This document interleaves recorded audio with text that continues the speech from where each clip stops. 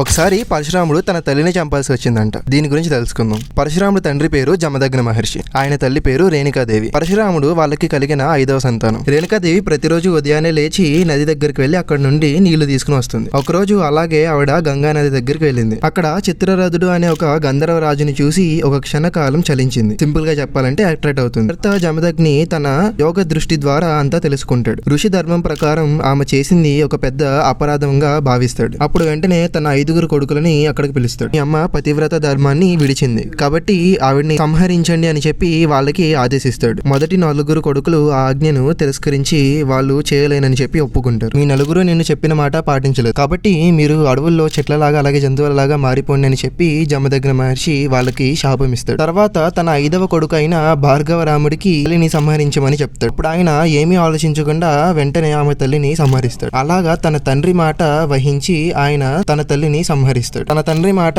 పాటించినందుకు జమదగ్ని మహర్షి 3 వరాలు కోరుకోమని చెప్తాడు. అప్పుడు పరశురాముడు తన మొదటి కోరికగా తన తల్లిని బ్రతికించమని అడుగుతాడు. 2వ కోరికగా తన అన్నలను మళ్ళీ మామూలుగా మార్చమని అడుగుతాడు. ఇంకా 3వ కోరికగా తనకి చిరంజీవిత్వం అడుగుతాడు. అలాగే పరశురాముడు చిరంజీవిలాగా కూడా మారుతాడు.